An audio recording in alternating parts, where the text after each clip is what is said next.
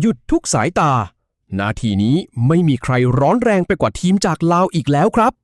กับการแข่งขันรายการระดับโลกไอเบอร์คัพ 2026 ที่ประเทศโปรตุเกสล่าสุด WIG นาการุ่น U13 ทำผลงานช็อกโลกอีกครั้งเฉือนเอาชนะอดีตทีมชาติโปรตุเกสอย่างนานิฟุตบอลอะคาเดมี่ไปได้อย่างสุดดราม่า 1-0 ประตู ประกาศศักดาผ่านเข้าสู่รอบ 4 ทีมสุดท้ายได้สำเร็จแล้วครับความมันของเกมนี้เป็นยังไง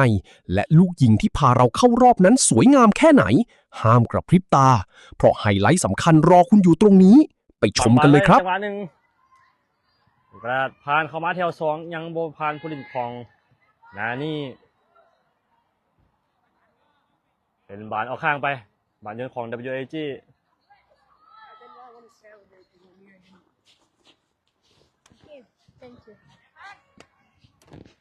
บานอยู่ที่แดนกลางผู้เล่นของนานี่หมายเลข7แทงออกมาทางด้านซ้ายมาที่หมายเลข39เจ้าไปบอผ่านผู้เล่นของ WAG แต่กับการให้เป็นบานฟาวล์ให้กับนานี่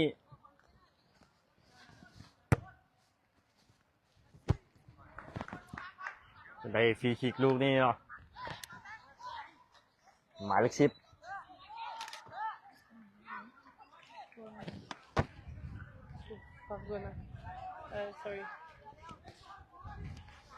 เลยนี่บ่เปลี่ยนเนาะมาเบิ่งฟรีคิกลูกนี้ของนี่ฟุตบอลอะคาเดมี่เปิดเข้ามาที่หน้าประตูยังบอพานโนมงออกมาเชียร์ขึ้นกลางมาบาดอยู่ที่หมายเลข14นี่ฟุตบอลอะคาเดมี่หายหมายเลข10อยู่ที่แดนกลางยังไปได้โอ้หมายเลข10ยังบุ้ยไผ่เข้าบานการยิงเอกแล้วบ่รู้นี่ยังยิงบ่ได้ยังบอพานโนแต่ยังเก็บบานมาได้อยู่เข้ามาที่หมายเลขยังพลิกบานมาได้เหรอหมายเลข10เปลี่ยนฝากออกมาทางฝั่งซ้ายไอ้ที่หมายเลข7ผู้สอนของนานี่ยังเสียบานให้กับ WG บานที่อันเดอร์ซักให้ออกมายังยังได้อยู่บานอยู่ที่คิวจะไปยังคิวให้ออกมาเลิกเกินไปเข้ามือผู้สาประตูของด้านนานี่บอลอะคาเดมี่นะให้สั่นๆมาที่กัปตันทีมหมายเลข84เปิดแนวขึ้นมาที่เด่นกลางยังว่าผ่านพอดเอาบาลลงได้แต่ให้โบดีผ่านที่หมายเลข7นานี่พลิกไปเปิดแนวออกมาทางด้านซ้ายหมายเลข10จะดับยูจียังซอยกันได้ให้มาที่ติ๊กโนหมายเลข13ให้เข้ากลางมาโบดีแล้วจังหวะนี้คือผู้เล่นของนานี่ฟุตบอลอะคาเดมี่ตัดบานมาได้บานอยู่ที่หมายเลข10จะให้หมายเลข7แต่ยังไปไม่ได้ให้เข้ากลางมาที่อันดุซักออกไปทางด้านซ้ายออกมากรรมการให้เป็นบอลฟาวล์กันเนาะWAGได้ฟรีคิก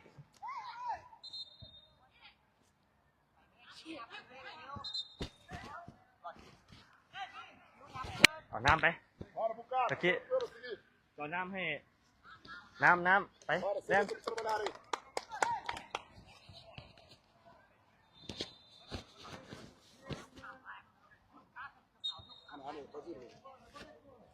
บาดอยู่ที่แฟงเปิดขึ้นหน้ามาทีหมายเลข84กัปตันทีมบานชิวเก็บบานได้ชิวตัดมากรรมการให้เป็นบานฟาวล์เป็นบานฟรีคิกของ WAG สูสีอะไรเนาะสำหรับผู้นี่มันแน่นอนสบายดีทุกคนเนาะที่เข้ามาครับชมเกมการแข่งขันบานเต้ไอเวอร์คัพ2026อยู่ที่โปรตุเกสเนาะรายการนี้จะเป็นรายการใหญ่เลยเป็นรอบตัดเชือกเนาะรอบน็อกเอาท์รอบ8ทีมถ้าชนะเขาได้เข้าไปรอบ4ทีมแล้วเจ้าช่วยส่งแรงใจแรงเชียร์เนาะเชียร์ WAG พวกเขาไปถึงจุดหมายไปถึงชัยชนะเนาะเจ้า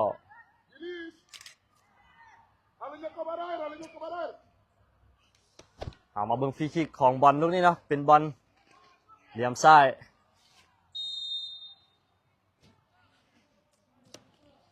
บอลตัดสินใจยิงเองติดเซฟผู้สาประตูยังได้อยู่ กรรมการให้เป็นบานฟาวล์โอ้ผู้สาประตูยังปัดออกมาได้ โอ้มีรุ่นลุงนี่แต่ผู้สาประตูยังเซฟไว้ได้เนาะยังเสียประตูที่หนึ่งสำหรับนานี่ฟุตบอลอะคาเดมี่ หายมาที่กัปตันทีมหมายเลข38ออกไปบ้างขวาโยนยาวขึ้นมา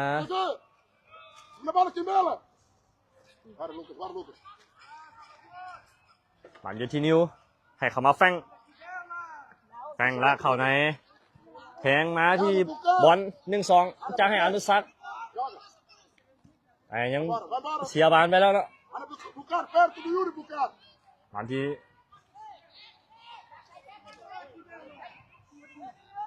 เอกราชเข้าซ้ายยิงโอ้ต่ำคานโอ้ฟงออกมาโอ้ต่ำคานเอกราชยิงตรงนี้บอลยังอยู่ที่ผู้เล่นของดับเบิลยูจีเข้ามาที่แดนกลางบอลจะให้คิวยังบุพันผู้เล่นทางด้านนานี่แอบบอลที่หมายเลข10นานี่จะให้ยังเชียร์โบวิดเขตอันตรายนะสำหรับทีมของสโมสรนานี่ให้ขนาดมาโน่ชิงหน้าเล่นกรรมการยังบอกว่ายังไงกรรมการให้เป็นบานฟาวล์ครับนานี่บอลคาเดมี่นะโอ้มันแน่นอนตอนนั้นนี่ไพ่ยังบ่เข้ามาถือว่าพลาดเนาะเปิ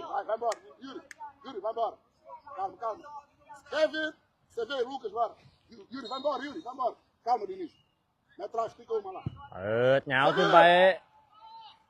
บานถึงอาเล็ก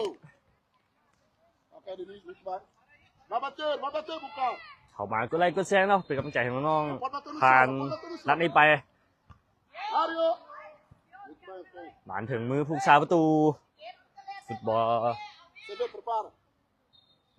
นานี่เนาะทีมสโมสรนานี่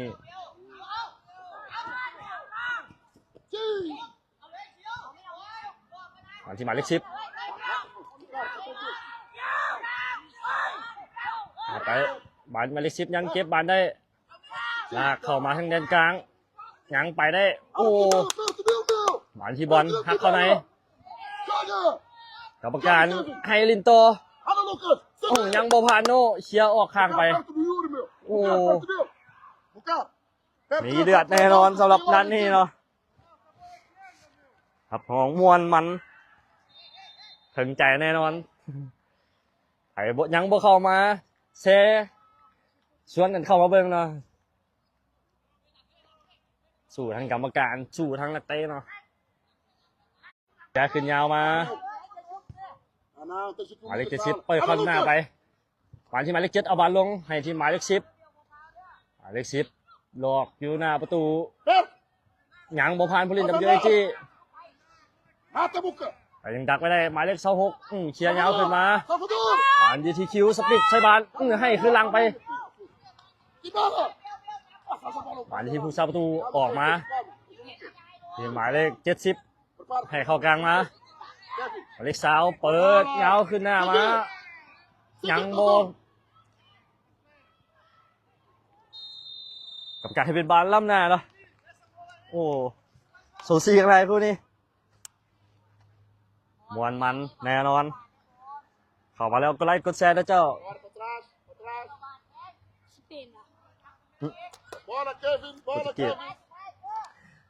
ทีมนี้จะเป็นทีมของลุยนานี่เนาะ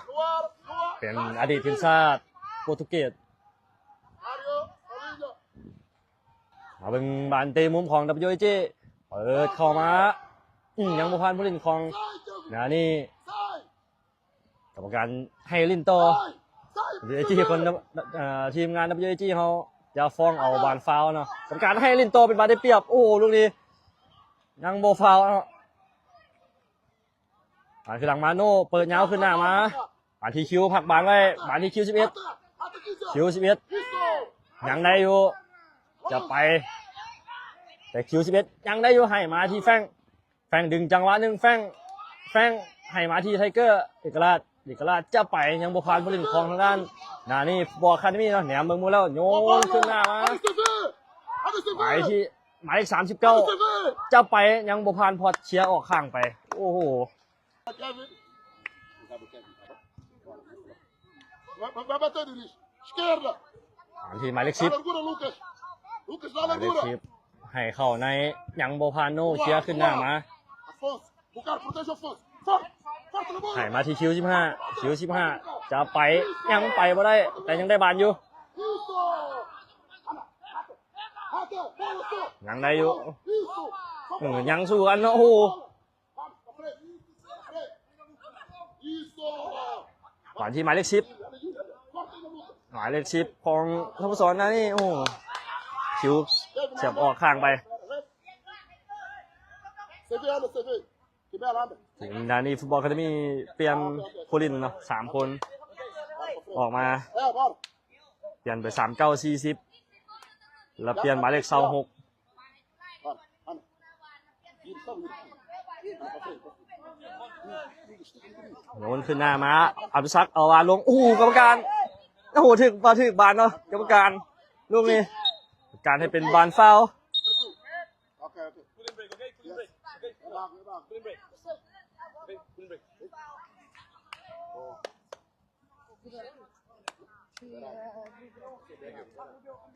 กรรมการให้เบรกเนาะกินน้ Nossa, Deus. Fica um pouquinho. Olha aí. O cara lá. ำให้สั่นๆมาที่หมายเลข10หมายเลข10แต่เข้าในให้ออกมาทางด้านซ้ายยังบ่พันติกโนแฟง Boa. Guerra. บาลยังอยู่ที่แฟง Guerra. แฟงจะไปยังบ่พันหมายเลข10 Estica aí. หมายเลข10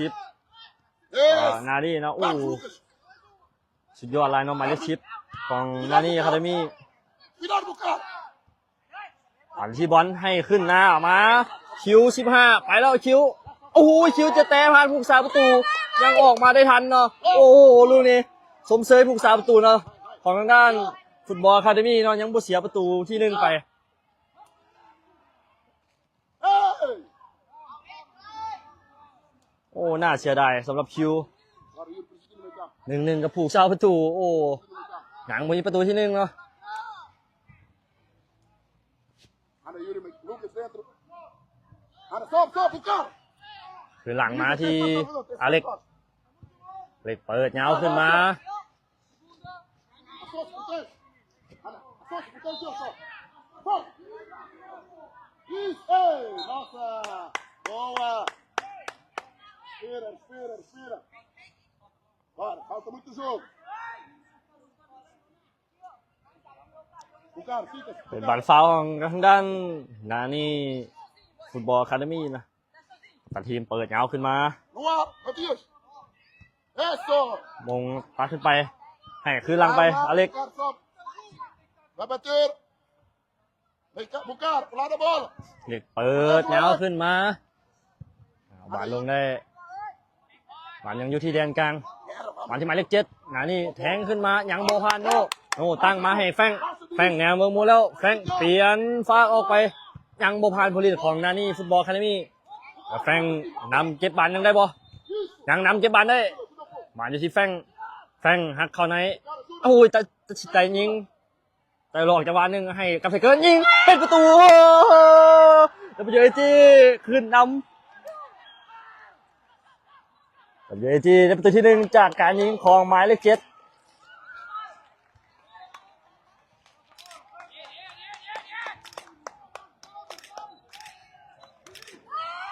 แล้วไปเจอไอจีได้ประตูที่1จากการยิงของหมายเลข7เนาะเอกราชวิไลกุลเป็นการแอสซิสต์ของแฟงหมายเลข8เนาะได้ประตูต่อ0นะ WAJ ขึ้นนำนะนี่ฟุตบอลอะคาเดมี่ไปไหนหอบ8ทีมเนาะมาแล้วเนาะ1ประตูต่อ0จากการยิงของหมายเลข7เอกราชวิไลกุล O cara, sobe aqui, o cara. แฟงนะที่แอสซิสต์ให้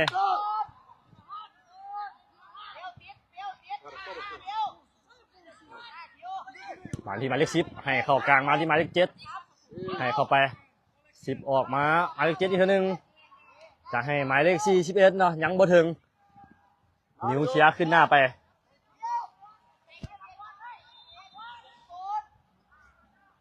มีมันแน่นอนเนาะ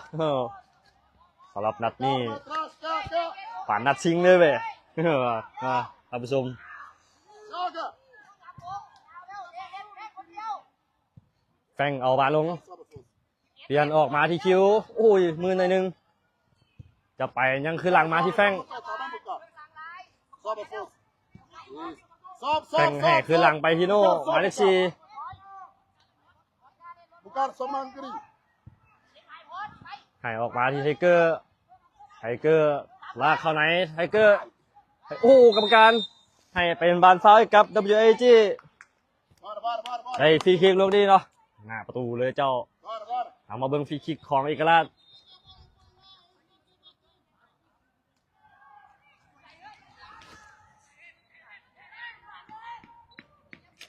Marcelo, bora, Marcelo.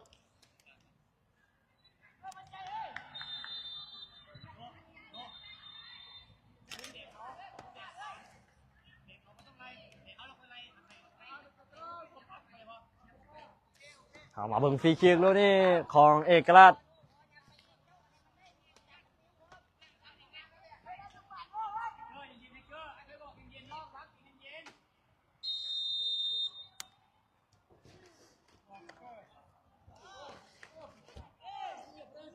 เอกราชสัดลูกนี้สัดแบบเข้ามือผูกสาวประตู Calma. เปิดเงาขึ้นมาอุ้ยเสียบานพลาดเนาะสำหรับติกโน่หวันทีอนุสักโอ้โหยังดักไม่ได้หวันที่หมายเลขเก้าให้ขึ้นหลังไปติกโน่ Vamos voltar, ให้ vamos, ขึ้นหลัง Todos. มาที่หมายเลขสี่โน่เปิดออกมาจะให้กับไทเกอร์แต่ยังถึกตัดไม่ได้เอกราชไปอัดออกไป เป็นบานทุ่มเอายังโอ้นิ้วยังน้ำเก็บมาได้ Bucar. Anda, anda, tem jogo, Léo. บานยังไม่ออกเนาะ Bucar. พอเชียร์ยาวขึ้นมา ยังบ่ผ่านผู้เป็นคลอง Anda, นานี่ Rodrigo. ผ่านที่นิ้วให้ออกโอ้ยจะให้คิวบ่ถึงคิว Isso. Boa. ผ่านที่ผู้เล่นนานี่ฟุตบอลคาเดมี่เนาะผ่านที่หมายเลขซาวจะให้บ่ผ่านไทเกอร์เชียร์ออกข้างไป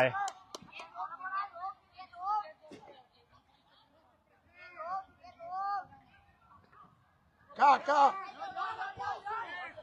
เดี๋ยวยาวขึ้นมาหยังบ่ผ่านติงโน่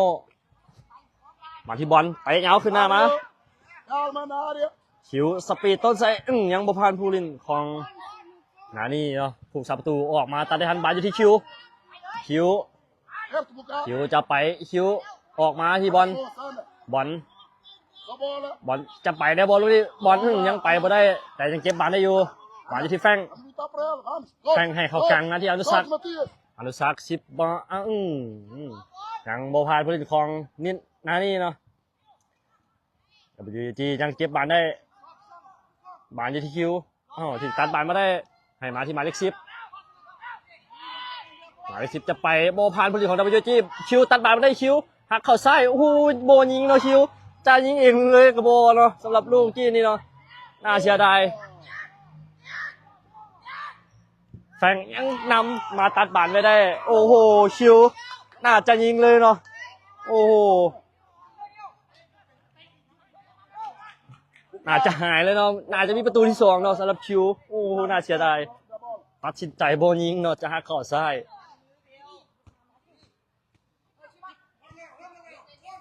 มาที่คิวทิกโน่มาที่แฟงหักเข้าใน Isso, luta. แฟงเสียบอลชุดนี้หมายเลข10ของนานี่ Bora. หมายเลข10นานี่จะไปแฟงน้ำจิ้มออกข้างไปได้กรรมการให้เป็นบรรทุมของด้าน Para nós. นานี่ฟุตบอลคาเดมี่ Para nós. Só, Bucar, perto lá na bola, Bucar. ทุ่มสั้นๆมาที่หมายเลข10ให้เข้ากลางมาหมายเลข7จะไปหลังไม่ได้อาริซักให้เข้ามาออกมาที่ไทเกอร์ Mário. ไปเลือกเกินไปเนาะ Joga, Mário, joga, Mário. Bora, sobe, sobe, sobe, sobe, sobe, sobe. มาอยู่ที่กัปตันทีมของด้านนานี่ Bucar, baixa um bocadinho. สโมสรนานี่เนาะ Até a bola ส para โม nós. สร Até a ของ bola, ลุย vamos. นานี่ Vamos ganhando espaço. อดีตทีมชาติโปรตุเกส Marcelo, a seguir, Marcelo. A seguir, vamos lá, Marcelo.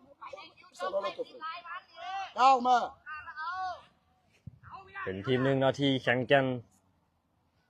ได้มาเจอกันในรอบนี้ Agora sobe, Yuri. โอ้ถือว่ามวนมันเนาะเจ้า Anda. มาที่แฟง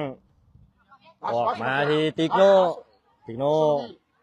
แหนมมุมแล้วเจ้าเปิดยังบ่ผ่านมาลิเกตแต่เป็นดีเนาะหวานอยู่ที่คิวตบเข่าซ้ายคิวโอ้โหกรรมการโอ้โหดึงเลยเนาะสำหรับลูกนี้มีใบเหลืองเลยบ่ยังมีใบเหลืองนะเจ้ากรรมการยังให้เป็นบานฟาวล์กับ WG ได้ฟรีคิกลูกนี้เหลี่ยมซ้ายเนาะเอาเบิ่งลาเอกราชออกจากมาถึงบอลสัดไก่ยิงหูยังติดเสียผู้สาประตูยังซอยบ่เสียประตูที่2ไว้ได้เนาะยังได้ออกมายังบ่ผ่านโนเสียออกไปบานอยู่ที่เบื้องขวาส่วนกลับขึ้นมาที่41เนาะนี่ส่วนกลับขึ้นมาบานที่หมายเลข6ให้ออกมา1-2เจ้าไปยังบ่ผ่านพอดบานอยู่ที่อนุสักให้มาแฟงออกมาที่คิวตบแลนโอ้โหคิวยังมีคิว2คิวนะคิวตัดสินใจยิงเองติดเสียผู้สาประตูยังเซฟซอยนี่ฟุตบอลอะคาเดมี่ไว้ได้เนาะยังบ่เสียประตูที่2โอ้หวานอยู่ที่เอกราชให้ออกมาที่แฟงโอ้โหแฟงจับบานบ่อยู่ติกโนให้มาที่แฟงดีดข้ามหัวจังหวะนึงเชียร์ออกข้างไปเนาะสำหรับผู้เล่นของด้านนี่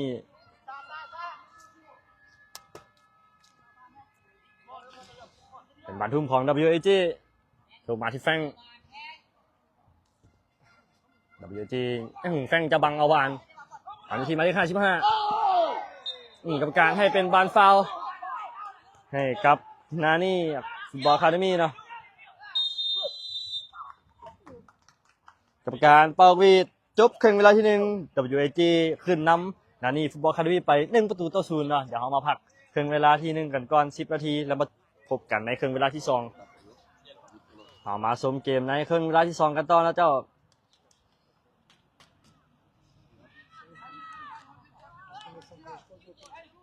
WAG เป็นฝ่ายเชียร์บานเนาะในครึ่งเวลาที่2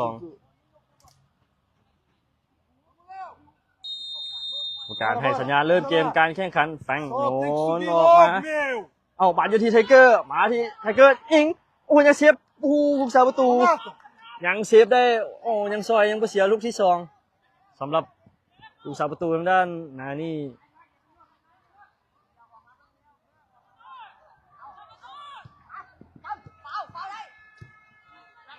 ที่แฟงให้ขึ้นหลังมาที่พอดมาที่โน่เปิดเงาขึ้นมายังบุพเพผู้ติดเชื้อWG ยังดักบาดไม่ได้ให้ออกมาโน่ออกมาที่ซองวางให้ที่คิวแทงมาที่นิ้วกรรมการให้เป็นบานล่ำหน้าเนาะ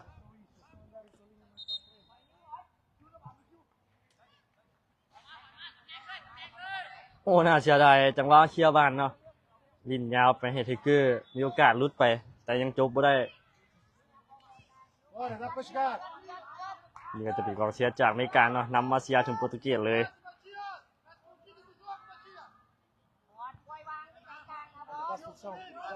มาที่ผู้เล่นของด้านนี่ฟุตบอลอะคาเดมี่ให้มาที่หมายเลข30เอาเข้าในโอ้โน่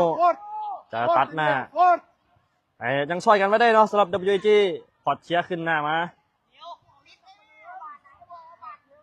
หมายเลข34เอาบอลลงเข้ามาที่แดนกลาง56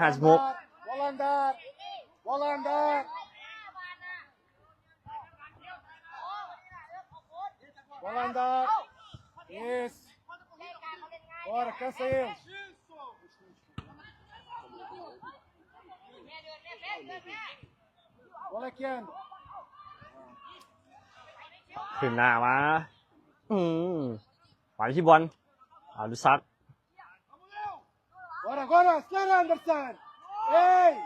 โอกาสยังบอกว่าจังไดโดเปลี่ยนออกไปทางด้านขวา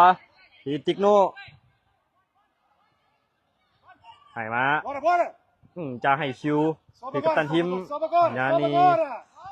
ดักไม่ได้กรรมการเอาหยุดเกมก่อนเนาะ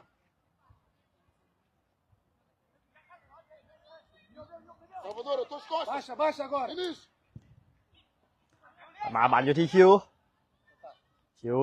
15คิวเจ้าผ่านมาแถว2ยังตบเข้าในผ่านเข้ามาแถว2โอ้ยเมืองบอบิโตซัดโอ้น่าเสียดายไทเกอร์ยังเก็บบานไม่ได้ไทเกอร์จะให้เข้ามาบานที่แฟง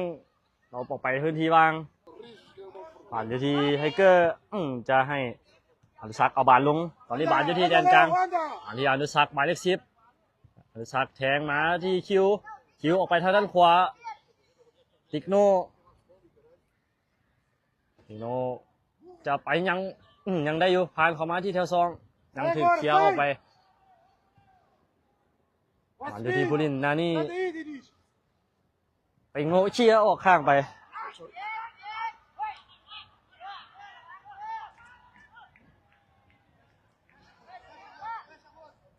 บานที่เอกราชตัดสินใจยิงไกลออกหลังไปบานตั้งเตะจากหน้าประตูของด้านนานี่ฟุตบอลอะคาเดมี่นะ Dá pra jogar? Agora é o seguinte. Agora é tudo ou nada. Mas é pra frente. Dá pra jogar? Dá pra jogar?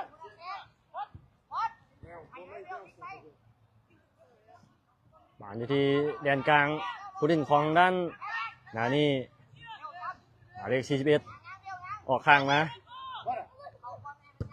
ให้เปิดยาวขึ้นไปยังบุพานผู้เล่น WAG บานอยู่ที่บอลให้คืนหลังมาบานที่อเล็กไปเงาขึ้นมา Anda, Daniel. Voar. Voar, Daniel. Voar. การให้เป็นบานฟาวล์นะกับ WAG Baixa. Baixa. Baixa. เปิดเงาขึ้นมาบานที่แฟงหาดบานมาได้บานที่ไทเกอร์เปิดออกไปทางด้านขวาบานที่ติกโนจะไปถึงเสียบดักไว้ผู้เล่นของนานี่บานที่คิวไตอัดออกข้างไปเป็นบานทุ่มของ WAG Com mais vontade, né? Bora, bora. Tudo ou nada. เอกราชยิงยังติดเสียบผูกสาประตูยิงอีกบาทหนึ่งโอ้เป็นประตู WAG ได้ประตูที่2จากการยิงของหมายเลข7เอกราชวิไลกุล2ประตูต่อ0เนาะ WAG ขึ้นนำนี่ฟุตบอลอะคาเดมี่ไป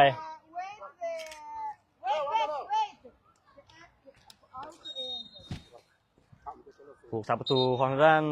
นี่ฟุตบอลอะคาเดมี่เนาะเจ็บใช่ตอนนี้หมายเลข8ให้ขึ้นหน้าไปเข้ากลางมากับการให้ลินโตเนาะบอลที่หมายเลข4 Stop. Stop. เปิดเงาขึ้นมากับการให้เป็นบานออกข้างไปบานทุ่มของ WAG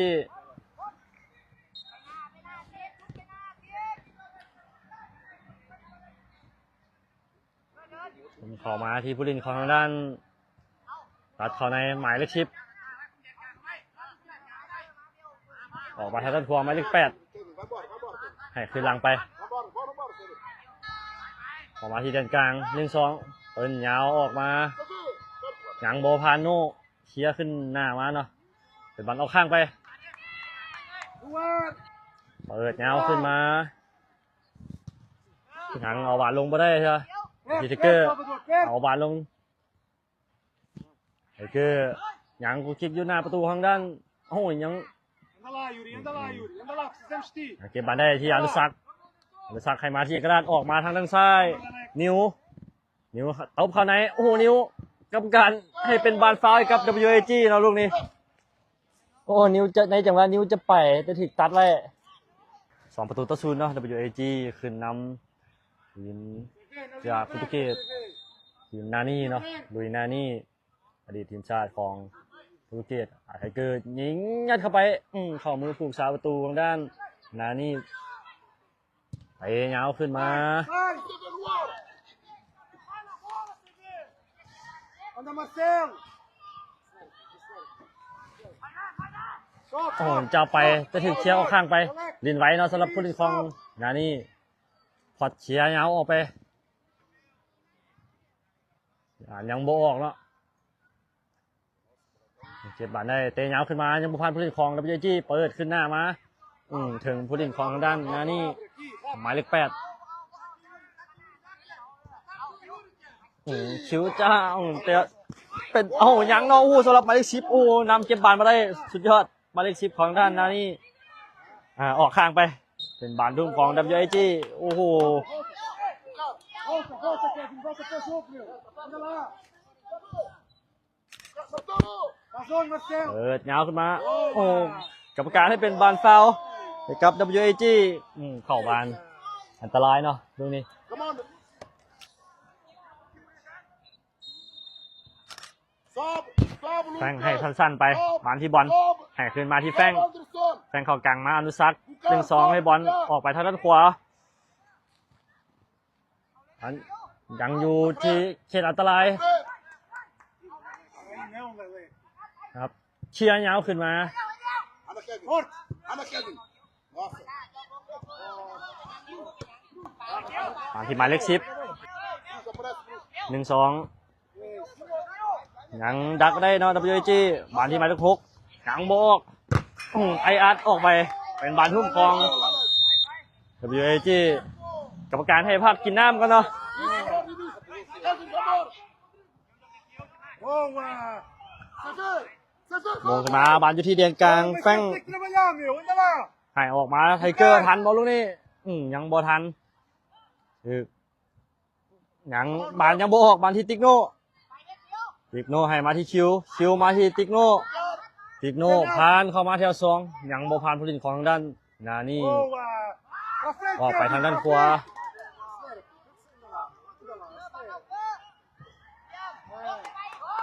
เป็นบาลออกข้างไป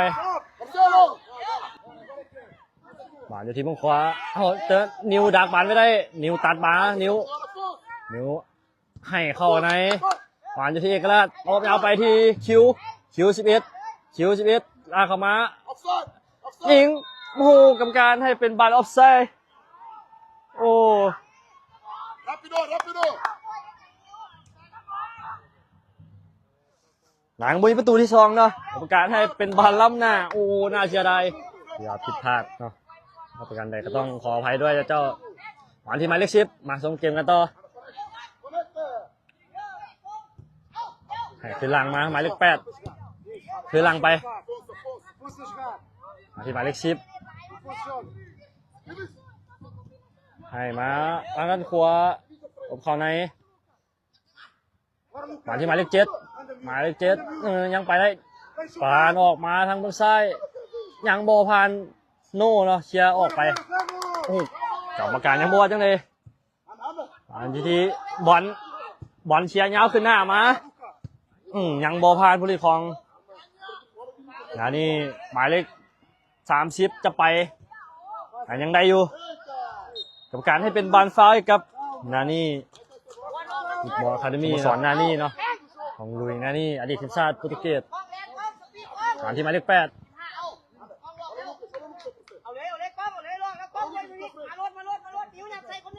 ให้มาจะให้หมายเลข7จะให้แทงกันไปเปลี่ยนมาแทงแดนกลางบาลอยู่ที่บอลออกมาบอลให้ออกไปทางด้านขวาคิวให้มาเอกราชโอ้โหบาลล้ำหน้าเนาะโอ้มีจังหวะล้ำหน้าหลายเทื่อเนาะสำหรับ WG บาลอยู่ที่เอกราชตัดสินใจยิงออกหลังไปตอนนี้บาลยังอยู่ที่ผู้เล่นของทางด้านนี่เปิดเงาขึ้นมาบาลที่กัปตันทีมกรรมการให้เป็นบาลฟาวล์กับนานี่อะคาเดมี่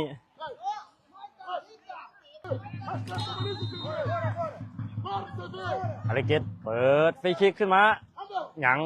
ไทเกอร์บาลอยู่ที่ไทเกอร์ลบเข้าในกรรมการเป่าวีดจบเกมการแข่งขันผลปรากฏว่า WAG เอาชนะทีมจากโปรตุเกสไป1-0นะทีมนานี่ฟุตบอลอะคาเดมี่1-0จากการยิงของหมายเลข7เอกราชวิไลกุล และนี่คือหลักฐานว่าหัวใจของ ฝ่าด่านทีมระดับอดีตทีมชาติโปรตุเกสมาได้ สู่รอบ 4 ทีมสุดท้ายไอเบอร์คัพ 2026 คือบทพิสูจน์แล้วว่าเป้าหมายแชมป์ไม่ใช่เรื่องไกลเกินฝันครับ ความสำเร็จของน้องๆวันนี้คือกำลังใจให้คนลาวทั้งประเทศ แต่เส้นทางยังไม่จบเพียงเท่านี้ครับ รอบรองชนะเลิศจะเดือดแค่ไหน และน้องๆจะไปได้ไกลถึงแชมป์หรือไม่ แฟนบอลทุกคนห้ามพลาดเด็ดขาด กดติดตามช่องไว้เลยนะครับ แล้วมาร่วมเชียร์ มาร่วมเป็นพลังให้เด็กๆ สร้างประวัติศาสตร์ไปด้วยกัน แล้วพบกันรอบหน้าครับ